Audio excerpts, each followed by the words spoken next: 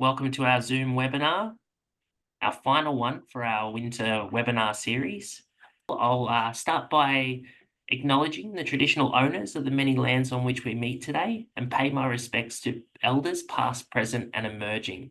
I do have our guests on the line with us. I'll go through a bit of an intro. Hopefully this doesn't make them blush too much. So our guests at this time are adventurers, writers, speakers, record breakers, with a passion and curiosity for discovering the unknown, pushing the boundaries of what is possible for people in the blind and low vision community.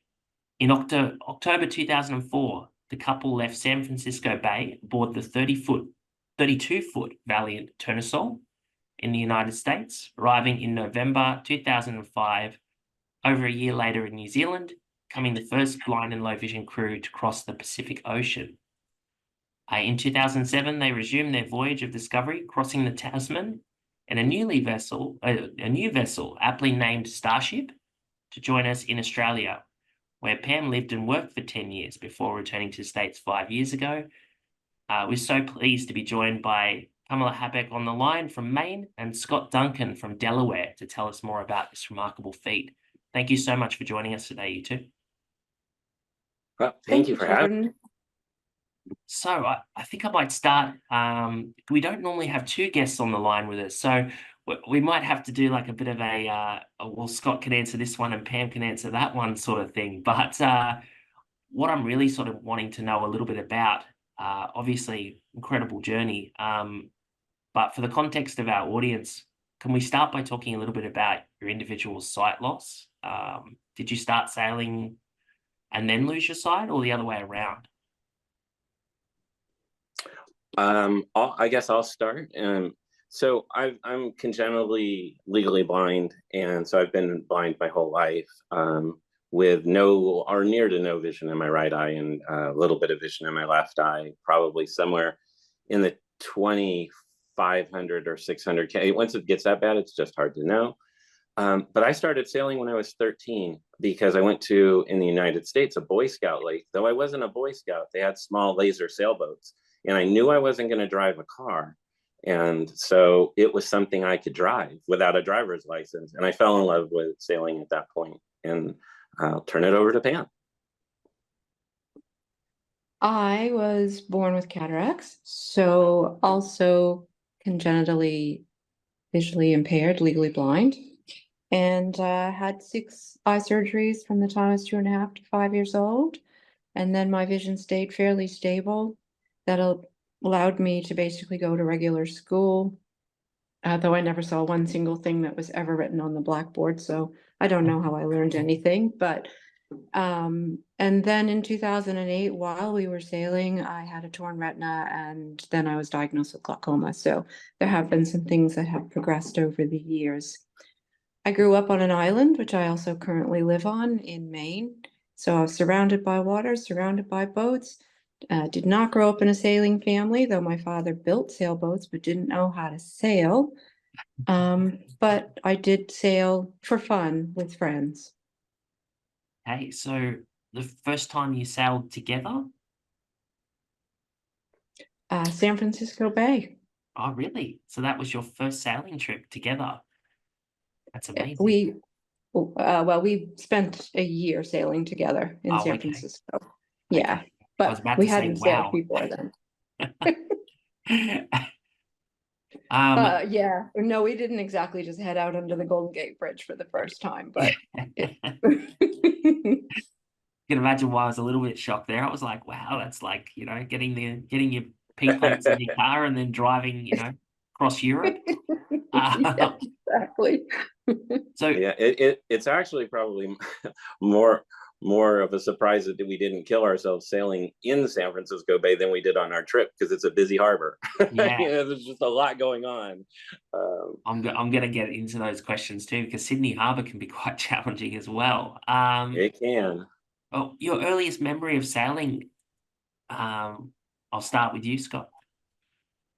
It is that same time when I was 13. I'd never even really had exposure to sailboats, or just what people experience. Maybe I'd been on a ferry or something, but my first opportunity was to sail on this Boy Scout lake on a laser. And then from there, I owned a 27-foot Ericsson, which was pre-Pam and I deciding to do this.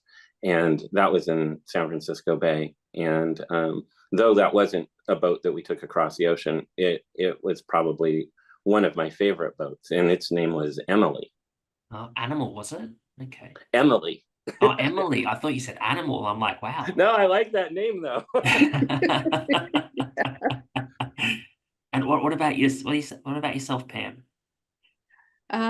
Earliest memories really was as a teenager and sailing with friends. And I had a friend whose father built friendship sloops, basically here where we live. And so I would go sailing with them, and he loved to heel over enough to get us wet. So it started out pretty thrilling. We didn't actually help sail the boat, but I was a great passenger. I love the thrill. So what I'm thinking at this particular point in time, so initially when you decided that you're gonna head out of San Francisco Bay, how did it sort of come about? Were you just yeah, I remember speaking to Eric Weinmeier, and when he said he took up his first climbing of his mountain, he got drunk with friends and they suggested they should climb a mountain, and he said yes, and then it was too late for him to take it back the next day. What were your what made you decide that you were going to give this a go? We'll start with Scott. Okay. And it's one of those questions that I've always had difficulty answering because there wasn't like a moment. But I had a business called Accessibility that I sold, and everything they say about owning a business, you're going to be stressed out for 5 years or Yeah. you know, all things like that. So I owned my business for 5 years and I sold it, and I was stressed out the entire time. Yeah. And coming from there, I knew I needed to do something different to change kind of my life and my pattern. And I've always wanted to do something. I'm just a firm believer that we don't have enough role models out there. I mean, we have wonderful role models like Stevie Wonder, but we don't have a lot of people that are doing physical things. And so I'm definitely was motivated on wanting to give something to the community, to children, to help encourage them to know that they can do whatever they would like to do. Yeah. Yeah. So and Pam, yourself, did you have similar sort of motives, or you were just thinking the thrill again? Well, I think it kind of came down to the thrill. So it started out as Scott's plan. Actually, he didn't mention he was going to do it by himself. Oh, And so he already had the ball a bit rolling. And we started spending time together. We worked together as well. So we'd known each other for a long time. And he basically said, you meet the criteria, i.e., you can't see very well. Would you like to come along? And I said, oh, I don't know. I'll think about it. So for a year, I participated with him in taking sailing classes and sailing around San Francisco Bay and working on the boat and doing all those things while I decided. And then it got to the point where I just had to make a decision, and I wanted a change, and it sounded exciting. And so I decided to go. And I will say that I had never been offshore. So it was a really unknown adventure ahead, that's for sure. yeah. Wow. Oh, that was one of my other questions, was going to be like, what sort of knowledge did you have of the places that you were sailing to? Because I imagine, had you traveled around a bit, Scott, in the past? Like, were you worldly at that particular point in time, or? I wouldn't say so then. You know, I'd been to Mexico and Canada, but you know, and I've done a little backpacking around Europe, but I had no experience in places that we were going to go to. I had the World Cruising Route books, and I think I'm always a little bit of a dreamer, and I read about these places where we'd be going to in the South Pacific and Australia, and even had we continued, you know, across the Indian Ocean, and it all sounded fascinating to me. I'd also thought about maybe not stopping. I thought about doing it as a solo circumnavigation, but Pam stunned me when she said she wanted to do it. I was purely and totally thinking she'd say no. And then she said yes. And I didn't want us to have to sail nonstop. I wanted to be able to stop and visit schools for the blind and various organizations. If we were going to do it together, let's experience the world together. So it was all so amazing. It still amazes me, and I'm sad for the places we didn't go to. So someday I'll get there, you know, hopefully at some point. So you've both signed on. You know you're going to do this. What sort of preparation went into getting ready getting ready for this huge undertaking? Pam. Well, fortunately, a lot of preparation had already happened in regards to the boat by the time I decided to sign on. I signed on and we left a month later. So I basically quit my job at the Lighthouse for the Blind in San Francisco of 16 years and packed up my apartment and did whatever it was we needed to do to get ready to go, which we weren't entirely ready. We were still getting ready as we sailed the California coast. I think we were still getting ready the entire trip, to be perfectly honest. There was always something that needed to be done. Yeah. But the preparation, it just sort of, in the end, kind of just day to go, and we were ready to go. We took sailing classes, and so we had a fantastic sailing instructor who gave us some great advice and support. Yeah. Our friends were hugely supportive. So for all the running around we needed to do and access to people who could drive, we had fantastic support in that regard. And then just packing what seemed like a very small boat with everything we thought we needed, Yeah. which was a lot. It seemed like a lot. When you don't have a lot of space, it starts to really feel like a lot. So yeah, it just all came together, really. So you were saying that your loved ones were quite and friends were quite supportive. Were there any friends that were thinking, "Oh, really? Are you are you guys really going to do this? Like, will we ever see you again?" sort of thing, or? Well, I think there were some of those, but you know, it's funny that you say that because I have this friend Matt, and we had this going away party in Sausalito at this bar called the No Name Bar, and my friend Matt, with all these sailing peoples around, said, "Well, when you kill yourself, Scott, I'll play you in the movie," and nobody laughed. So I've told Matt ever since, you were the big doubter and I didn't kill myself then. But still he tells the story and nobody laughs because, you know, sailors are very superstitious. You just don't do that. And but I, you know, my family, of course, were worried, and our friends were worried about us. But my mom, if she could have said don't go, she would have. But other than that, you know, I think they thought we were crazy, but supported our craziness. Yeah. So sorry, go ahead, Pam. Oh, I was going to say, I agree with that. You know, my family, they were worried, but they never made that the primary topic of conversation. You just knew they were worried, but they never said, don't go. My mother's first question when I called her walking to work, Mom, I have something to tell you. I've decided I'm going to go sail around the world. And her response was, what about pirates? I was like, well, I hadn't really thought about that. So that's where her head went. And really, it turns out that that's a valid concern, especially had we made it to the Indian Ocean. Yeah. Yes, true. Yeah, definitely. So with your upbringing, both you sort of having vision loss from a young age, were your loved ones instrumental in this sort of can-do attitude that you both appear to have? Pam, what do you think? You know, I think I worried my mother sick when I was young because I did whatever I wanted, particularly riding my bike on the main roads, which in the summer where I grew up was very busy. They never stopped me from anything I wanted to do. I think, you know, I stopped surprising them in a way.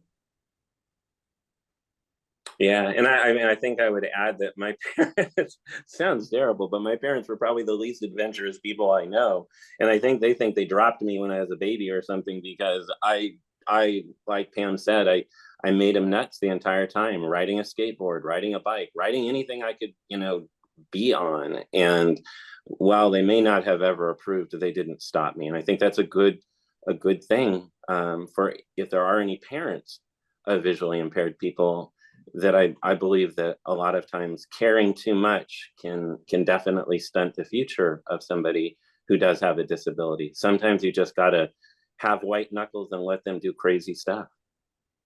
Yeah. Yes.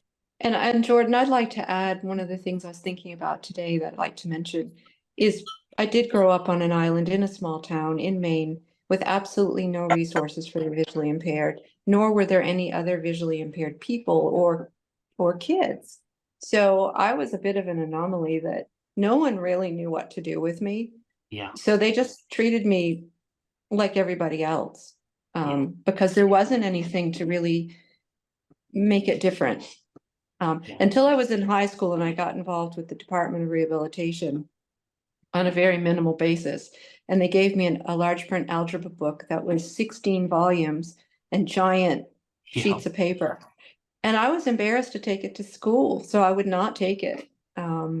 And they gave me a monocular, which I was also embarrassed to use because I had never had those kind of resources. And by the time I was a teenager, I wasn't comfortable starting. Yeah. So I continued to not see anything on the blackboard where the monocular would have been actually very helpful. Yeah. And And that is a really good thing also, maybe for the teenagers on the call, because if I could go back and tell myself something when I was a teenager, it would be don't be so stupid, don't be so modest or afraid. Use the technology because it will help you, even if it makes you Yes, stand out. Yeah, yes, look, I true. imagine a lot of people on this call would have lived through that. Um, so you mentioned that you had your own business. Is that how a lot of the funding side of things of this trip happened? Like, was an expensive venture, I'd imagine? It was expensive. I often tell people when I sold my business, it was right around the time that .com crunch came. So I like to say I became a thousandaire, not a millionaire, but it Yeah, was enough money to at least think I could do this. But I feel like Pam and I are reading each other's minds right now, but we're like, oh yeah, it was way more expensive than we ever thought. And finding sponsorship was really hard because while people wanted to sponsor us, they didn't want to sponsor us until we had proven that we weren't going to kill ourselves. And yeah, sponsorship was easier later because people felt more like we had a little bit of cred, because we had done something. But I think people were really worried about they didn't want to sponsor the blind people that killed themselves. yeah, yeah. I can see that. Um, Obviously, I've read through your blog, um, and you regularly entered into it while you're on your voyage. Uh, can you explain a little bit about the feelings and emotions as you sailed out of San Francisco Bay? It must have been, to use a recency bias, a bit Moana-ish, sort of going out on the open ocean, getting past the reef, sort of thing, and then what do I do now? Did you guys give us a bit of a brief on how you guys were feeling at that point? Pam has a great answer to this. Well, we left on October 11th, which was Columbus Day, ironically. And it was a stunningly beautiful day. The water was really quite calm in San Francisco Bay, and we sailed easily under the Golden Gate Bridge. We were met by dolphins, and I remember, and they're supposed to bring good luck, so that seemed like a very good little omen, Yeah, if you will. And I remember that I was sitting there thinking, I have absolutely no idea what is ahead of us. I'm just going to have an open mind and see where this takes us. And that was the best thing I could do. The worst thing you could do is all of a sudden become extremely frightened and start to think the worst of everything, yeah, which basically we didn't do on the whole trip. Stayed in the moment. Yeah, I remember it being peaceful because we had so many logistics right up to the minute we left the dock. And like Pam said, we were always getting ready. We had our new radar down below on our boat, and it wasn't on our boat. And we actually added it in San Diego. So we had this big radar box inside of our inside of our boat. But once we were on our way, it was a little peaceful because the madness had ended. Yeah, yeah. Right. But the peacefulness sort of ended at the end of that day and everything kind of became a reality. So our goal that day was to sail from San Francisco to Monterey, and it was a fairly easy day sail. And one of the pacts that we made with each other is we will not arrive somewhere after dark. We arrived almost everywhere after dark. I'll just add that part. But on the very first day, it is coming on dark, and we're trying to get into Monterey to a marina, and we were going to dock, which was always a bit of a challenge. And so we radioed ahead to the marina and announced ourselves and said that we were visually impaired and that we would like some assistance on the dock for somebody to take the lines. And the guy came back on the radio and said, he hesitated, and then he said, "So nobody on the boat can see?" Yeah. And at that moment, I thought, okay, this is how this is going to go for the rest of the trip. And so reality just totally sunk in that moment. So you Yeah. mentioned that you planned to dock at Monterey, and that was so did you sort of plan, like what sort of level of planning did you sort of put into, right, we're going to dock at this place at this time on this date?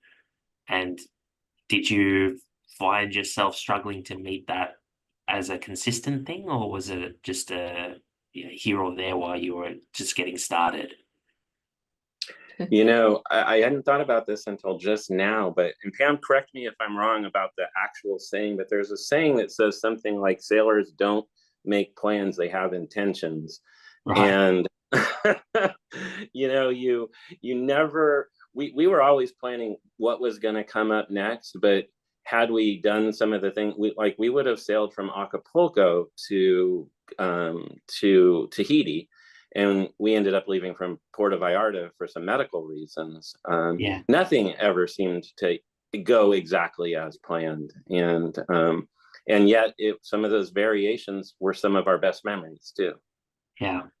Yeah, and I got that feeling from reading through your blog. There was it's just a very, very spontaneous moments of just incredible beauty. And can I ask a question just in regards to the technology on the boat? You mentioned the radar. What's some of the other technology that you had sort of set up on the boat to help? When Pam and I were talking about this morning, I guess I'll answer this question and she'll add in. I am an assistive technology person by trade. And so we had some of the stuff you may have been aware of, except it's a lot older technology. We had talking GPS through a voice note taker, and which was good because that note taker is made by Humanware, and they were a sponsor of ours. Yeah. And we had simple things like magnifying glasses to read the regular chart plotter and GPS on the boat. But probably at sea, it's very equalized. Technology isn't quite as important. Yeah. But one of the best adaptations that we did probably was every line on our boat, because we both have color vision, and though we both have pretty bad vision, each line had its unique color. So we could grab it and we knew immediately, what that line was based on its color. And that sounds like a really low-tech solution, but it made a big difference for us. And we brought every paper chart for the entire world, and I don't think we ever used a paper chart, even after we took a navigation class to learn how to use paper charts, because it was so much easier from our vision to be able to use a chart plotter. And we did have a big chart plotter for those days. But we used two-way radios, but it took a while to figure that out. So we often needed one person to be on the front of the boat to anchor or to look for something. And regular walkie-talkie radios wouldn't work, but we bought these radios for bicyclists, and they would transmit and receive all the time. So two-way channels, and that way the wind didn't cut off your voice or anything. And we had to kind of learn along the way to refine that kind of communication. So we were always improving our technology. But those were some of the technologies that we did. But we also used some traditional sailing stuff. We had a monitor wind vane on our boat. And just like any other sailor who's going to have an autopilot that steers, from a mechanical device, that was really helpful for us, as blind sailors. Yeah. So we've reached the halfway point. So I'll just once again prompt people. We do have a question waiting for us, and I'll direct that to you in a moment. But just for those who are wanting to ask our guest questions, we're going to go delving a lot more into their journey in the second half of this this webinar. So yeah, keystroke Alt H to bring up the chat window, and then type your question in for us, and we'll direct it to our guests. So we've got a couple of questions coming through. Christy would like to know, have you thought of writing a book about your adventures? We have, and we're both guilty, and we feel terrible that we haven't. We even talked about a title at one point, and I think, Pam, was it With the Wind to Guide Us? Yes. I like that name. But Yeah. we talked about getting together this year. We have a terrible time actually making our schedules meet, but we don't feel like we can write a book without both of us putting our heads together, because we have gaps that we just, even with our blog, that we don't remember. And Pam, what do you think? No, I would agree with that. Yeah, we've talked a lot about it, and we're hoping if you did the math, this is 20 years in October since we left, which is stunning to me that it's been 20 years. So we are looking at this year and next year at, what can we do to sort of revisit our adventure, and possibly writing a book could surface. So we've got another question from Andy. Pam and Scott, you're such an inspiration for all of us. How did you both meet in the beginning? Well, we as Pam said, we were friends for a long time. We both I came to San Francisco for I had a very early nonprofit organization that started a radio reading service. That has nothing really to do with it, but Pam let me stay at her house. And we were friends ever since, and we had worked together. And one day she was getting ready to go to the gym, and I asked her on a date. And so we were a romantic couple and a sailing couple back then. And now we're lifelong friends, and people who, had this adventure together. So you're sailing away towards your destination. You mentioned obviously some naysayers being concerned about whether you were going to reach any dock. Did you? And you obviously had some technical difficulties straight out of the that as well. What sort of mechanical knowledge did any of you have operating on your boat? Like, how prepped were you for when things didn't go well? Pam? We weren't prepped for that at all. That's the truth. And you don't have that wrong. We had mechanical problems from the beginning until the end, pretty much, almost to the end. And we just did not have good engine karma, and albeit it was a sailboat or two sailboats in the end, both of them had engine problems. And we learned a lot about engines along the way, and we met some amazing other cruisers who were always very willing to help if they could. Some of our biggest challenge was actually trying to get our engine issues sorted in the foreign ports that we were in, and it presented some real problems in regards to language. You can maybe order dinner, but trying to diagnose your engine problem or get a part or whatever it is you needed to do when you don't speak that kind of Spanish or that kind of French proved to be quite challenging. So yeah, very limited mechanical knowledge. And I would add that, as I've had time to think about it, I think sailing is down the list with all the things. If you're going to do something like that, that you need to know about, you need to know about navigation and technology and being a mechanic and first aid and emergency response, all of those kinds of things.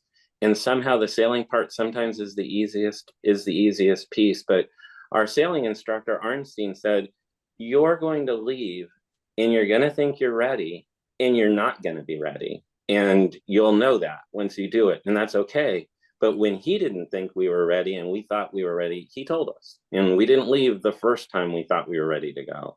We trained a little bit more, and then he took off the training wheels and let us go. So having engine problems pretty early out of the in the journey, did you have like a temptation at that particular point in time? Did you think about, well, you were not that far away, we could turn back or anything like that? No, we never thought about quitting, even in some of the craziest, scariest situations. You think about the engine being a problem and you're on a sailboat. Engines mostly, in that kind of endeavor, are important for just getting into a marina or getting, most of its actual sailing. But we were about 200 miles off of Mexico, and we knew our engine was shot at that point. They had warned us that, there's this part, an internal impeller that only dies about every 20 years. And we had a 20-year-old boat and it died. And that's what we came to learn. And we thought about going to Hawaii. We thought about turning back and getting boat repairs done. But we ultimately said, we're on a sailboat and people have been doing this for a long time. So let's just go. And we burnt 5 gallons of diesel between Mexico and Australia. So we really didn't use our engine hardly ever. Yeah. Correction, that was New Zealand. Oh, okay. Thank you. And I'll just also add, the other thing the engine provides is power for your technology. So by the time we got to Tahiti, after leaving Mexico, it was 45 days. The crossing was 31 days. And then we sailed through French Polynesia to get to Tahiti. We couldn't turn a light on. We couldn't use our navigation. We couldn't use the radar. We couldn't use anything. So we encountered those challenges that we did not anticipate. Our radar was our biggest asset, and we were using it extremely sparingly and relying on quite small solar panels, which we would go out and tweak every few minutes to get the most power from the sun. So go through your ports with us, if you wouldn't mind. Which ports did you sort of stay at between leaving San Francisco and arriving in, was it Australia or Sydney? Pam, should I take that one? We left San Francisco, we went to Mexico, ended up going as far as Zihuatanejo, went north again for another medical, I think I mentioned it earlier, left from Puerto Vallarta, went through Tahiti and the Marquesa Islands. We made some stops after that in Nui Island and Rarotonga, and from there, in Tonga. And then from Tonga, we went to New Zealand, and never thought we'd go to Australia. We wanted to go to Australia. People told us we should go to Australia because there'd be a great welcome. And there was. And we loved arriving in Australia, but you usually don't sail New Zealand to Australia from Tonga, which we learned about when we did the Tasman Sea, one of those other lessons, because the Tasman Sea is as unforgiving as everybody says. Yeah. But that was the basic route, I guess, that we took. So you would have in those ports, so many different cultures and experiences, you would have met some rather interesting people. Can you describe some of the biggest characters you met and where they were located? Pam, take it away. Oh gosh. Well, first of all, we met we met amazing people all along the way. So we met amazing cruisers. We met a woman in Mexico named Pat Henry, who was someone who had single-handed around the world through the Suez Canal. We met visually impaired children and adults in Mexico and in French Polynesia, and learned a lot about sort of the culture of being visually impaired in those countries. We met crazy sailors. We met an 80-year-old man who was single-handing and had been doing it for a very long time. And we kept kind of bumping into him, and he kept track of us. We met Tony Perkis and Ben Yeah, Felton, talk both, about crazy people. both I adventurers, imagine as many we of you all on know. this call know who Tony is. He's one of our, a much overdue friend of ours, but a wonderful guy. Absolutely brilliant sailor too. Sorry, Pam, And I didn't know mean to cut you off. Ben Felton and I have become very good friends. Yeah. Gosh, we met so many people. We sailed with people because once you get out there and it's the cruising season, you know you connect with people and then you see them again, and truly made some lifelong friends. But characters is probably a really good word. I mean, we met somebody named Sparky in Mexico, and he was absolutely crazy and got into all kinds of trouble with him. So yeah, we did definitely meet some characters. So Yeah. you've spoken a bit about the boating culture that sort of was around there. That my understanding from your blog is that there were quite a few vessels that were out on the open sea a fair bit while you were out there as well. What can you tell us about that sort of culture?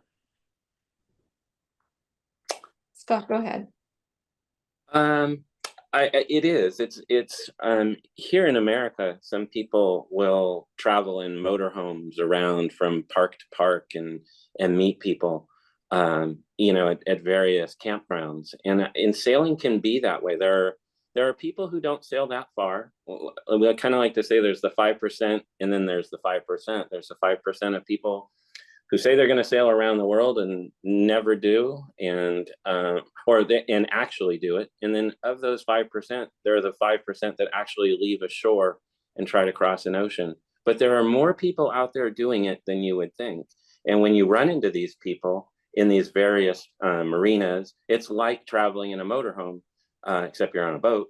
But you don't know when you'll see them next, or if you will. But all of a sudden, you've traveled a couple thousand miles, and there's that person that you knew 2 countries ago or a few islands ago, and it's a very close-knit community. Yes, and I would add the other thing is it's equalized. What people do or did in their life prior to sailing doesn't get discussed. You're Right. talking about refrigerators and toilets and engines and food and where you're going next, but you don't even know anybody's last name. You know their first name and their boat name. And now I sort of regret not knowing some last names because I would love to try to find a few people that we were actually quite good friends with. But at the time we had sail mail, and that's how everybody kept in touch. And once we didn't have sail mail anymore, we lost touch with some people, unfortunately. Yeah. So the open ocean, often described as, the great expanse. Uh, was that a point where you started thinking we're not in Kansas anymore, getting out on the open ocean for the first time and not having land close by? Oh, I'd love to answer this one. Mhm. Actually, it was extremely stressful sailing anywhere near land. There's so much more you have to keep track of. Yeah, So it was a happy moment when we would look at the radar and there would be nothing on it. yeah, So we actually really liked being out in the open ocean. And like I said, the longest crossing we did was 31 days. And I think in that time we saw, like, once we were truly out there, maybe 2 boats. Might have been a couple more than that, but it was not a lot. But you still had to be very vigilant, of course. but I felt all the time like we were in a circle. We were just in this constant, the middle of a circle. And you know how you talk about the world is flat or whatever, you know, it looked like there were edges and then it looked like it went for infinity. Yeah. Um, but it just, to me, just felt like the whole trip was, when we were in the middle of the ocean, that we were in the middle of a circle. And that's how I experienced it. And I was quite happy with that circle, you know, what was around us. I didn't worry about what was beyond the circle. So I imagine the stress of being close to coast probably would have the biggest part would have been other vessels, I'm guessing, from Not the entirely. not entirely, no? Uh, no, Mexico had a freaky number of fishing lines Right. Okay. everywhere. So if you got too close to land, you had a really good chance of getting wound up in somebody's fishing line. So we always tried to stay on what would be considered as outside as possible. Yeah. So as an example, we sailed on the outside of the Channel Islands, which are in Southern California. Again, early on in our trip, and like Scott said, no radar yet. And so we're out there happily making our way, and we ended up being boarded by the US Coast Guard because it was very unusual for a sailboat to be out there, and we suspect that they thought we were running drugs or something. Right. Okay. So these guys, you know, they boarded our boats with their guns in the whole 9 yards. And long story short, one of them ended up getting seasick on our boat because we weren't making way and the boat was, it was quite choppy out there. So we were quite pleased with ourselves that we actually made a Coast Guard officer seasick. Because he kept saying to Scott, "It's okay, you can make way." And Scott's like, "No, it's okay." And the other officer said to him, "Don't you get sick on my shoes," basically. Um, but then it turned out that they actually, one of them had heard about us, and it all ended up fine. But that was, you know, several days into the trip, very early on. Yeah. So were you you sort of touched on it there that people started to know about the journey that you're undertaking. Did you get surprised by some of the welcomes that you got from some of these different cultures? We did, and I felt like we had to work for it more in the beginning. And like when we were in Mexico, it was early on in the trip, and wanted to visit the School for the Blind in Guadalajara. And they didn't really want us to visit necessarily because they weren't quite sure who we are or what was going on. But as we did, continue on in our voyage, more and more people would hear about it. And, further on, we'd end up at a small island and they'd reach out to us and say, "Hey, we want to do a newspaper story about you."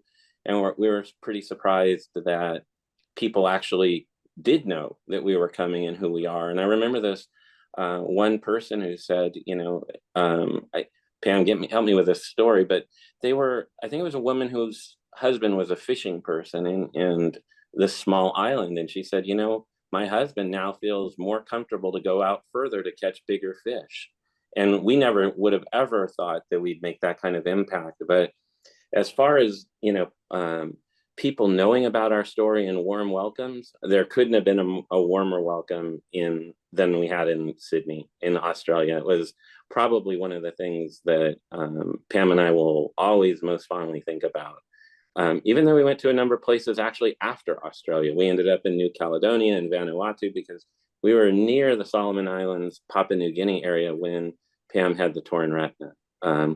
So we did continue after Australia, but the welcome we got in Australia from Ransa and the Sydney Yacht Club and people like Tony Perkis and Vision Australia was amazing. Yeah, so I guess this question gets asked a lot as a kind of like an icebreaker question almost. What's something that you either took on your journey or didn't take on your journey and wish that you did? What's something you couldn't live without now? When Pam and I spoke this morning, she said food. No, I said that about Scott. I think Scott thought he was worried he was going to starve to death. We had so much food on the boat. Not food that you would normally every day eat, but we had a lot of food on the boat. It's an interesting question, Jordan, because what I learned, and I believe Scott learned as well, is you don't need much. Yeah. So on a boat, there's not really room for anything much for yourself. And we each had like one small cubby with some clothes in it, and that was pretty much it. And the rest of the storage was food and things for the boat and things that you might need, and things you hope you never need, a lot of safety gear. So there wasn't really anything that I ever missed that I could have brought. In the end, I had a gigantic appreciation for fresh water. Yeah. Because particularly on our small boat, we had some real water management that we had to do. Yeah. When we stopped sailing, I was really happy to have my very first ever in my life washing machine. That was even pre-sailing. I had to go to the laundromat when I lived in San Francisco, but being able to sit on a sofa next to someone, because on a boat, there's not a lot of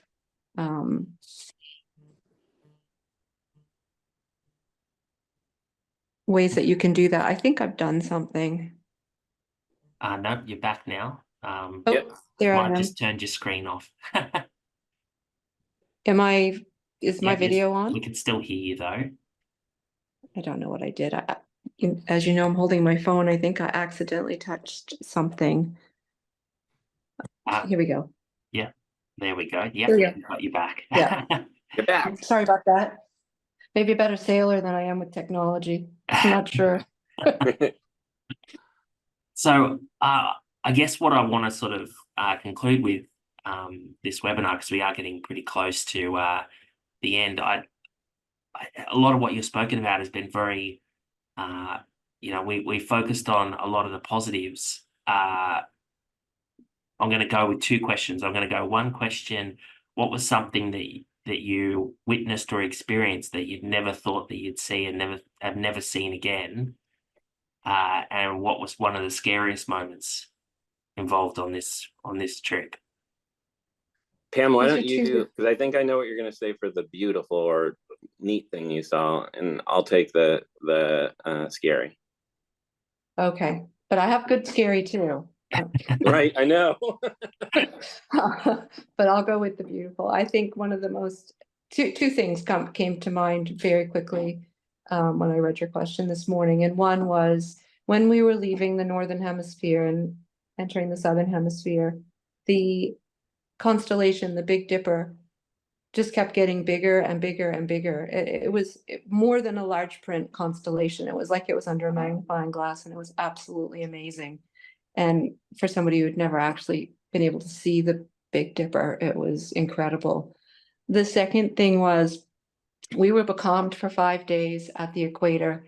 Most people would use their engine, but because our engine wasn't working, we had to sit there and wait for us to just get back into the trade winds, which we eventually drifted into, or they drifted to us. I'm not entirely sure which thing happened. And a squall came up while the moon was out, and the backdrop was a night rainbow. And I don't know when I'll ever see something like that again. Incredible. Yeah. So for the scary, the reason I wanted to take the scary is one of, there were three major scary things that happened to us.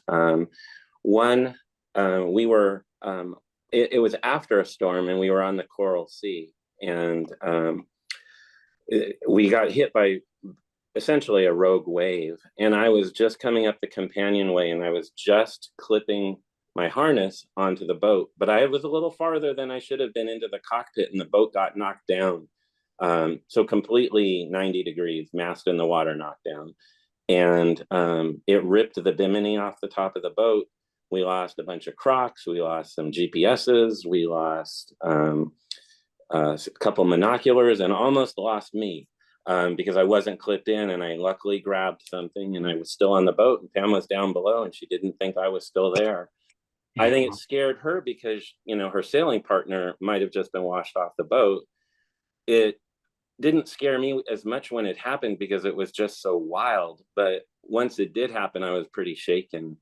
Yeah. Then we were in a storm on our way from Tonga to New Zealand, and we left with group of boats, but didn't realize they were rushing to make a football match that they wanted to watch in New Zealand, and we were slower. So they all made it to New Zealand, and we were there and got hit by this really big, probably 11-meter waves, winds that were pushing anywhere between 55 and 70 knots. And we basically set our wind vane, shortened our sail, went down below, locked ourselves, down below, and basically hope we'd ride it out. And I kept thinking, they say if you throw a cork on the ocean, it'll be there after a storm. But I was hoping our boat, which is kind of like a cork, would be there after the storm, but it did scare us quite a bit.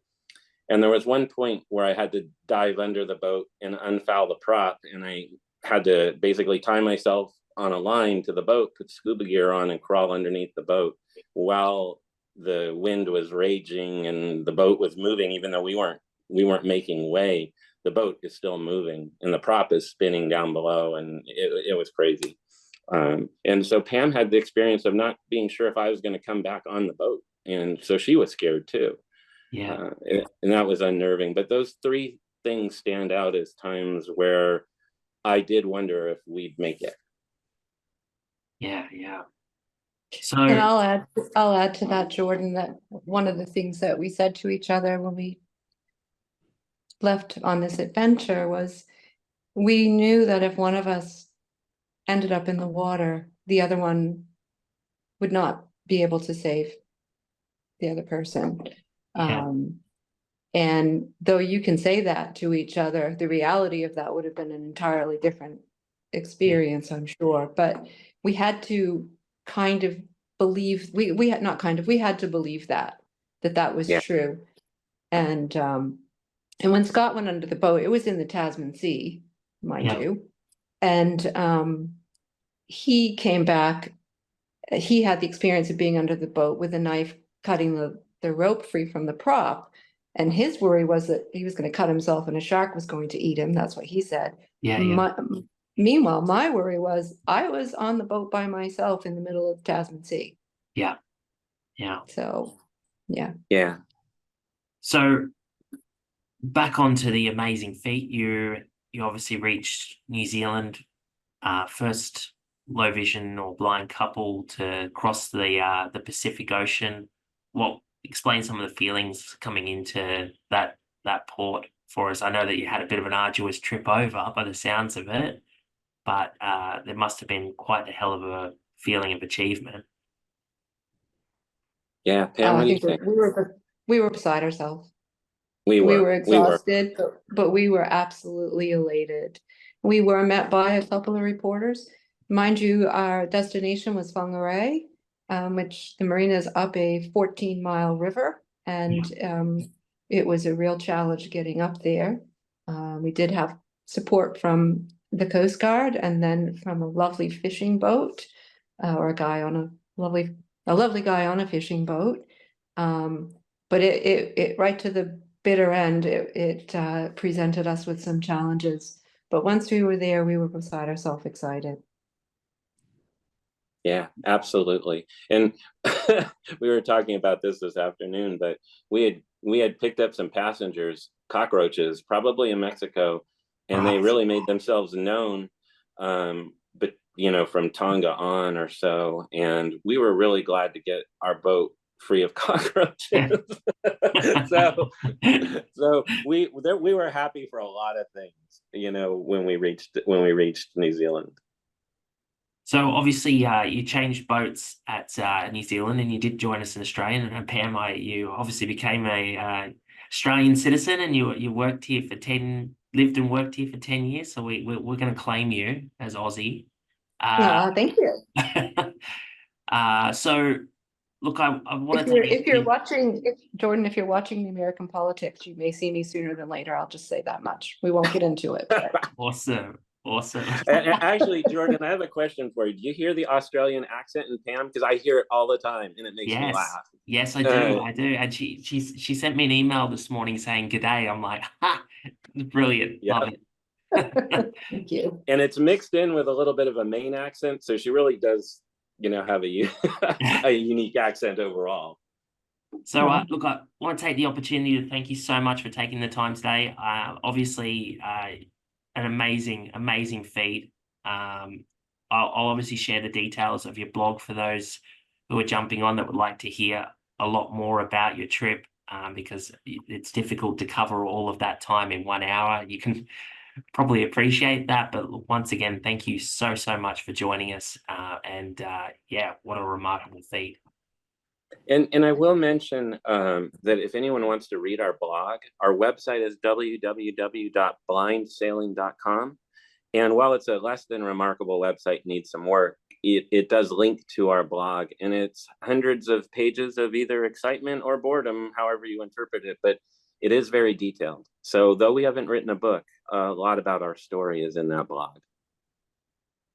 Amazing. And as I said, we'll share that with our listeners, and we very much look forward to hearing from you guys again in the near future. We'd love to see what you guys get up to, and if there is a book, we want to be first to know. We want the red carpet experience.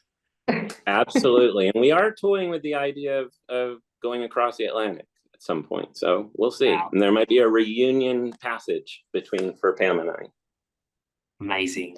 All right, well, I'll end the webinar there. Thank you so much for everyone that joined us today and joined us on this series, where we delved into the lives of some of our most amazing explorers in the blind and low vision community. So hopefully you've all got something out of it, and we look forward to seeing you again in January. Thank you, Jordan, and thank you everyone for listening. Yes, thanks everyone.